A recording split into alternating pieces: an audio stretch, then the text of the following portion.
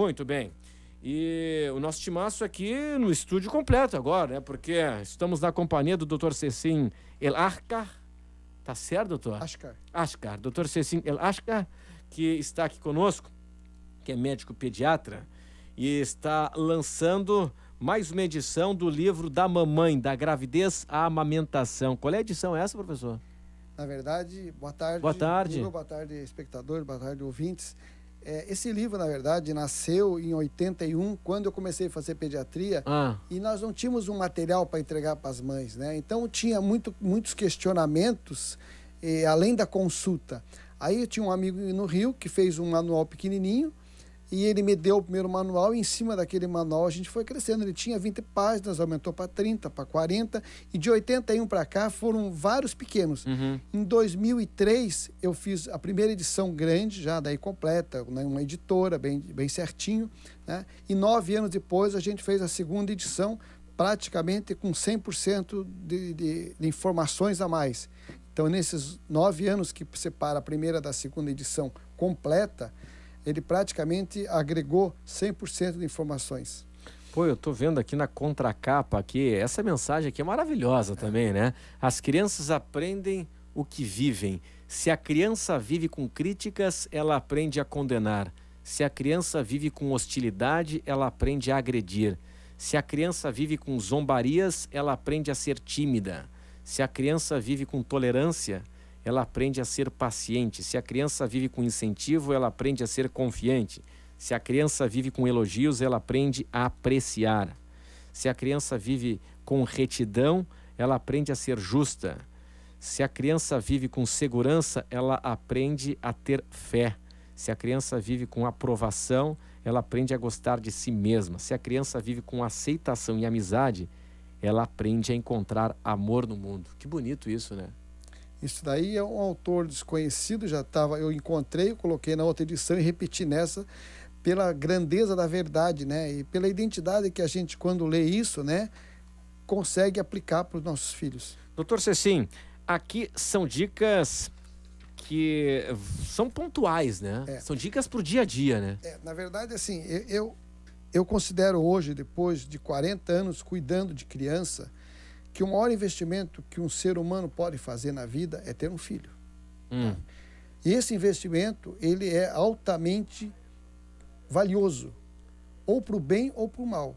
Então, se você tiver um filho e você criar esse filho adequadamente, ele vai ser um ser feliz e você vai ser um pai, uma mãe feliz. Porque se teu filho estiver bem, você vai estar bem. Se seu filho não estiver bem, tu não vai estar bem. Eu sempre digo assim, quando o pai fica doente, só o pai fica doente. Quando a mãe fica doente, só a mãe fica doente. Mas quando o filho fica doente, a família toda fica doente. Então, o filho é o maior investimento. Então, o investimento que eu faço nesse livro é porque esse é a raiz do investimento maior que um ser humano faz na perpetuação da sua espécie. Então, se ele investir certo, esse livro dá os primeiros passos, a semente, para que ele faça passo a passo, tudo certo, desde a hora que eles planejam engravidar, até o primeiro mês de vida, que é um mês fundamental para a rotina e para o caminho da criança, tudo o resto vai ser mais fácil. Doutor Cecim, recém-nascido. E aí é o seguinte, o choro, tem um perfil, né, não sei se ultrapassado, que diz assim, não, tem que deixar chorar um pouquinho, porque senão se acostuma, vai mimar ou não. No primeiro choro, no primeiro grito de choro, tem que ir lá e acolher? Então, assim, ó, o que é o choro? O choro é a única forma que um bebê tem de conversar com você. Então, o choro fala tudo. Então, o choro fala, eu estou com fome, mamãe, me dá de mamar. Eu estou com frio, me agasalhe. Eu fiz xixi, cocô, isso daqui está me incomodando. Vocês me botaram roupa demais, eu estava no útero da minha mãe, naquela água gostosa, naquela piscina maravilhosa, e eu estou aqui agora agasalhado, todo apertado, e vocês estão, e eu estou com calor, e vocês têm que me tirar essa roupa. Eu estava na barriga da minha mãe e andava o dia todo, e passeava o dia todo, e tinha uma endorfina no final daqueles passeios que me deixavam tranquilo. E agora vocês me colocam aqui no quarto e eu fico aqui o dia todo parado e eu estou precisando dessa endorfina para me acalmar e vocês não me levam para passear, tá?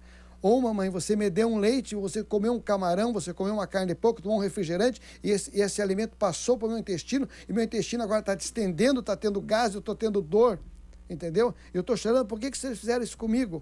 Ou, mamãe, você me trouxe um monte de gente estranha aqui para me pegar, para me falar, e isso me assustou, porque eu só quero ficar com você. Você é meu porto seguro, você está me trocando, você está me doando, você está me abandonando, então eu estou chorando porque você me deixou confusa. E isso, no meu tubo digestivo, traduziu-se em cólica. Então, tudo isso é choro, tá? E para cada choro, você vai ter que ter uma resposta, entendeu? Então, não é porque que ele está chorando que eu vou pegar ou não vou pegar. Se ele está chorando porque tem fome, você vai ter que botar no peito. Se ele está chorando porque ele quer passear e ele precisa passear todo dia, eu digo que essa geração nossa é a geração chopeira, porque ela gosta de passear no shopping, entendeu?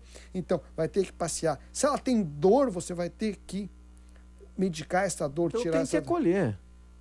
Você tem que identificar. Não, tudo bem, mas tem que identificar, mas o seguinte, não tem essa história, já deixa chorar e tal, porque senão vai mimar e tal. Então, identificar e descobrir qual é a causa, né? Então, assim, ó, eu sempre digo assim, tem uma fórmula fácil. Sempre quando as crianças vão no consultório, eu mostro isso para elas, para as mães. Assim, ó, o que é um choro de dor e o que é um choro de pedido, tá? Então, o choro de pedido, tô com fome, tô com frio, quero passear. Então, ele chora só com os olhos. Ele fecha os olhos e chora, e a mão fica aberta, entendeu? É interessante. E as perninhas são soltas. Sim. Quando ele chora de dor, ele fecha os olhos e cerra as duas mãos e puxa as duas pernas, tá? Então, aí você identifica, um está com dor, o outro tem um pedido. Às vezes, o bebê quer chorar porque ele também só quer chorar. Porque eu quero chorar, quero conversar. E isso às vezes a mãe não precisa pegar no colo, basta ouvir ele. Então, assim, o que eu digo? Se é um pedido e se você já satisfez a criança, já deu de mamar, já trocou, já passeou, ele quer dar uma choradinha, deixa chorar. Eu sempre digo, conta até 10, que normalmente, em 90% dos casos, quando é um pedido já todo satisfeito e não é dor, ele para. Se você tem dúvida, você testa. Primeiro dá o peito, dá uma voltinha, troca de roupa. Às vezes menino, por causa da bolsa escrotal e do testículo, às vezes quando a mãe bota uma fralda muito apertada, às vezes a criança tem um choro que nada consola, vai lá, tira a fraldinha, entendeu? Tirou a pressão, a criança ficou ótimo, entendeu? Agora, uma coisa é o choro, a outra coisa é educar. Uma coisa é o choro, a outra coisa é manter uma rotina para a criança, que é fundamental desde o primeiro dia. Nós estamos conversando aqui no Notícia na Tarde, vamos ver se eu acerto o nome aqui, doutor. Doutor Cecim El Ashkar. Certo. Maravilha, 100%. Bingo. Então a gente vai para o Repórter CBN, daqui a pouco a gente volta para bater um papo ainda mais sobre o livro da mamãe, da gravidez à amamentação. Até já. Este é o Notícia na Tarde, aqui na CBN Diário, também estamos na TV Com, na companhia do Dr. Cecim El Ashkar, que está lançando mais uma edição do livro da mamãe, da gravidez à amamentação. Dr. Cecim é médico pediatra aqui na cidade, uma figura consagrada, aqui já muito bem conhecida. Dr. Cecim, a mãe é tudo, né? Eu costumo dizer lá em casa o seguinte, até os 2 anos do mínimo, mãe em futebol clube, né? Por bebê, a mãe é tudo, né? Eu digo sempre que sempre que eu vou falar com uma mãe, quando ela vai ganhar, antes de ganhar o neném, eu digo assim, ó, a mãe é a consciência da criança. Então, tudo que uma mãe permitir que o seu filho faça em casa, ele vai fazer fora de casa.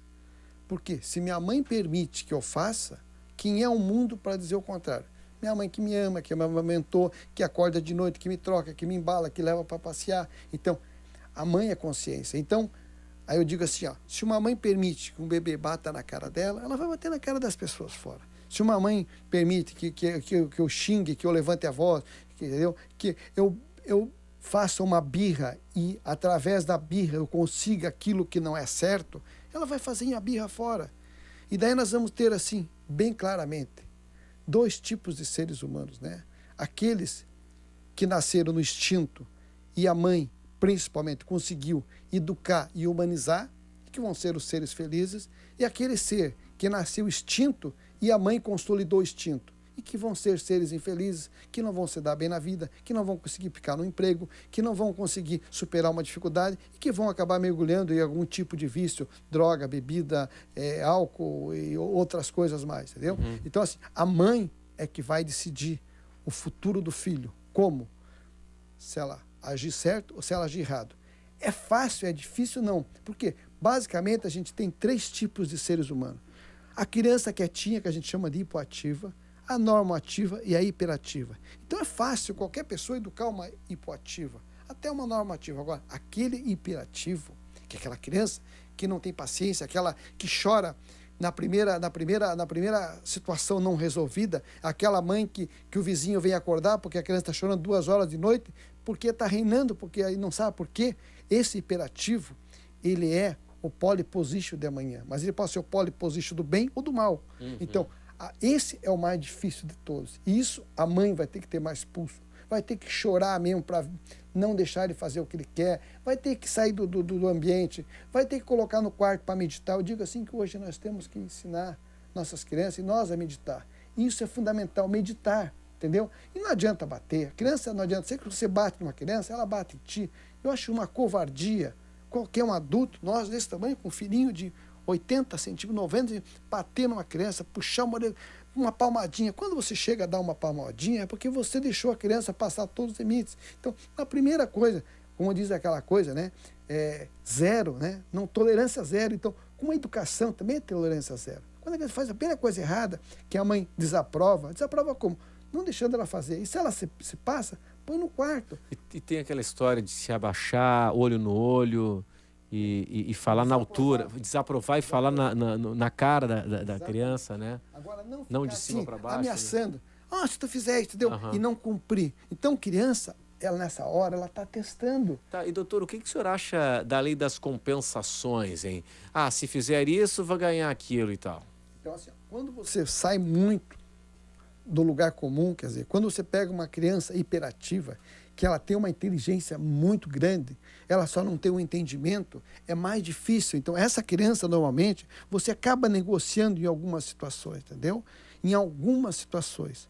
Mas, na grande maioria das coisas, aquilo que é errado, não se deixa uma criança fazer. Porque ela não sabe o que é certo e errado. Então, assim, se minha mãe não permite, mesmo que eu esteja tentando, é porque isso é o melhor para mim. Então, na primeira ela tenta, na segunda ela tenta, depois ela não tenta nunca mais. Agora, se ela conseguir na primeira, na segunda, ela vai continuar tentando o tempo todo. Doutor Cecim, e a questão da alimentação aí?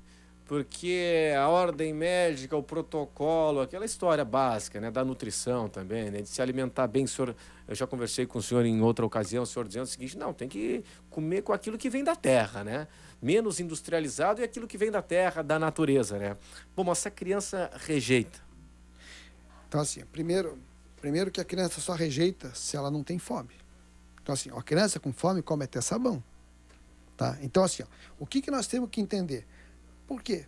Eu sempre digo assim, quando a mãe chega lá e diz: doutor, meu filho é pequenininho. Daí eu pergunto assim: tu conhece a Bruna Lombardi? Já vi isso falar já? Quanto é que ela mede? 1,55. Você viu falar da Gisele Bündchen? Sim. Quanto é que ela mede? 1,85. As duas são normais? São. Não são? Uma com 1,55, uma com 82. Então, você não pode colocar as crianças no mesmo nível. E você também não pode querer que as crianças comam da maneira igual. Tá? Então, uma criança com fome, come. Uma criança sem fome vai brincar. O que você tem que entender na nutrição de uma criança? Que quando ela nasce, de 0 a 1 ano, ela ganha 300% no peso. Certo?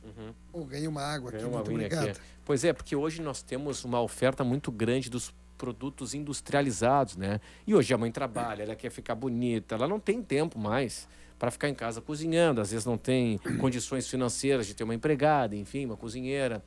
E aí dele produto industrializado, né? Mas aí assim, eu digo assim, quando você está tendo um ser humano em formação, é como se você estivesse construindo uma casa. Que material você vai usar para fazer uma casa boa? Que material você vai usar para criar um ser humano saudável? Um material de primeira ou de segunda?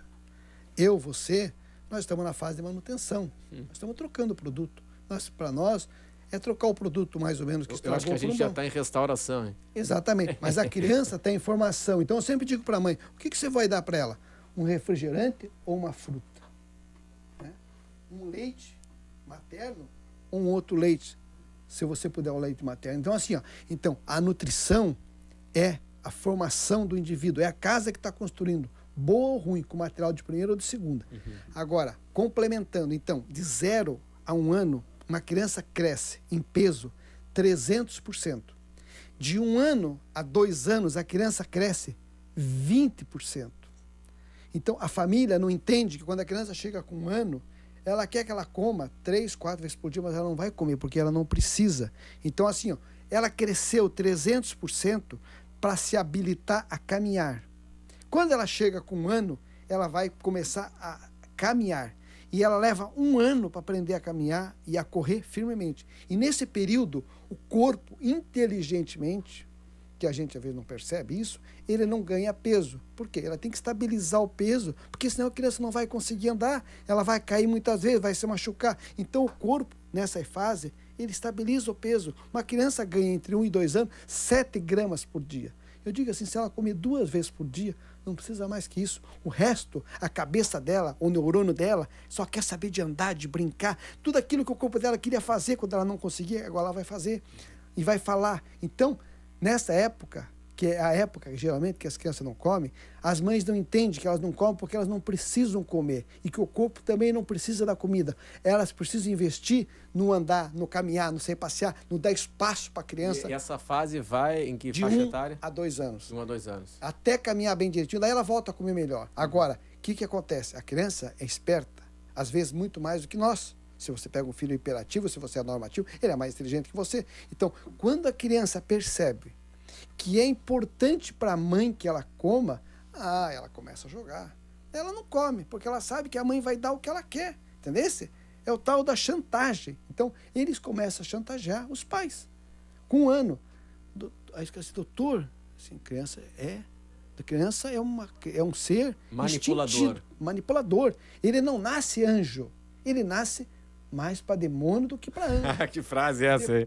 Essa frase é boa, hein? Depois ele não nasce anjo, ele nasce mais para demônio do que para anjo. Depois é que ele vai virar um anjo. Se você educar ele, se você humanizar ele. Eu sempre digo assim, essa semana passada até eu fiz uma palestra sobre educação, né? Eu terminei a palavra dizendo assim, que educar é transformar uma criança essencialmente instintiva para se tornar uma criança essencialmente humanizado.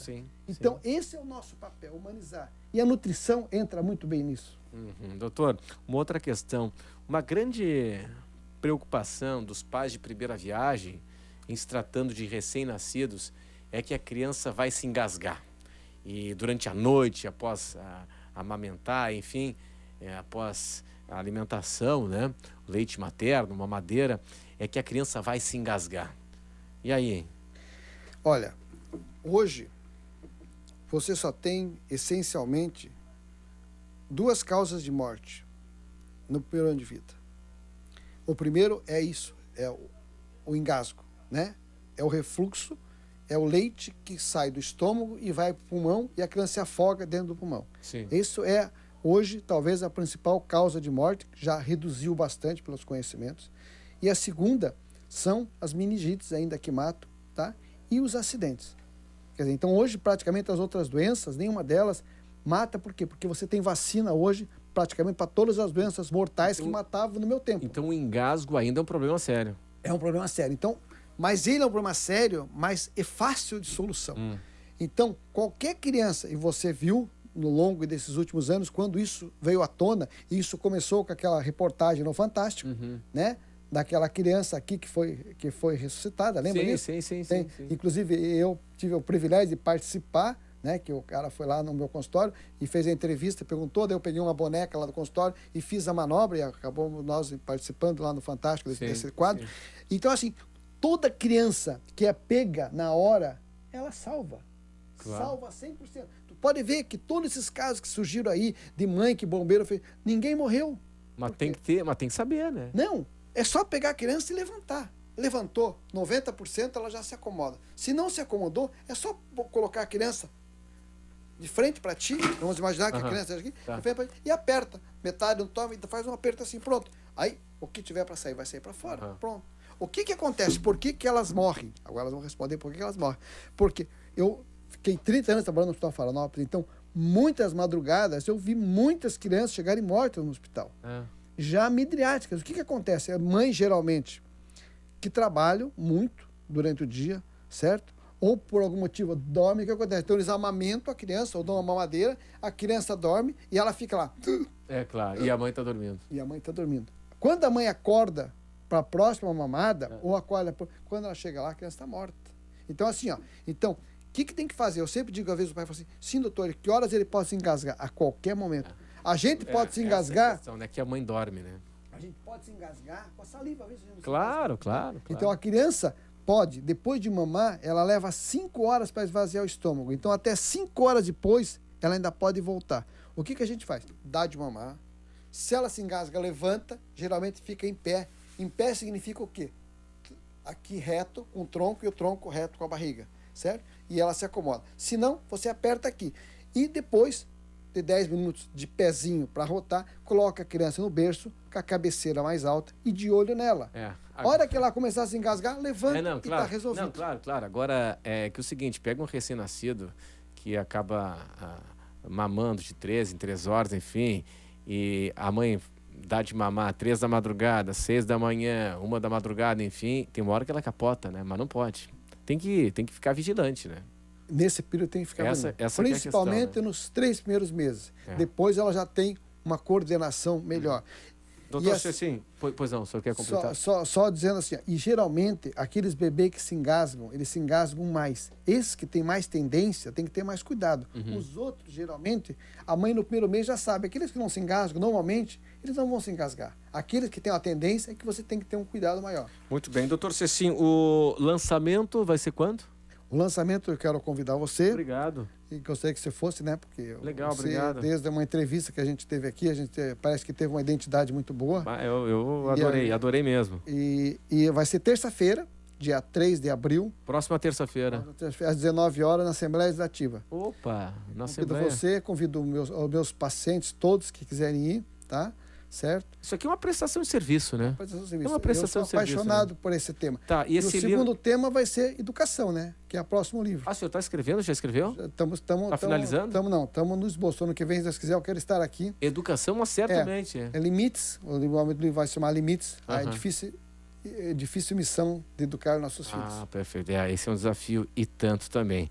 Tá certo, doutor Cecim El Arca, muito obrigado pela presença do senhor aqui conosco. Então, lançamento na próxima terça-feira, às 7 da noite, na Alesc, na Assembleia Legislativa. Conto contigo, com o meu paciente. O Felipe Reis, está bem crescido ele, né? Cresceu bem, deu certo o tratamento, então, tá certo. Então. Obrigado pela atenção do senhor aqui conosco. Vamos para o intervalo e em instantes estaremos aqui de volta.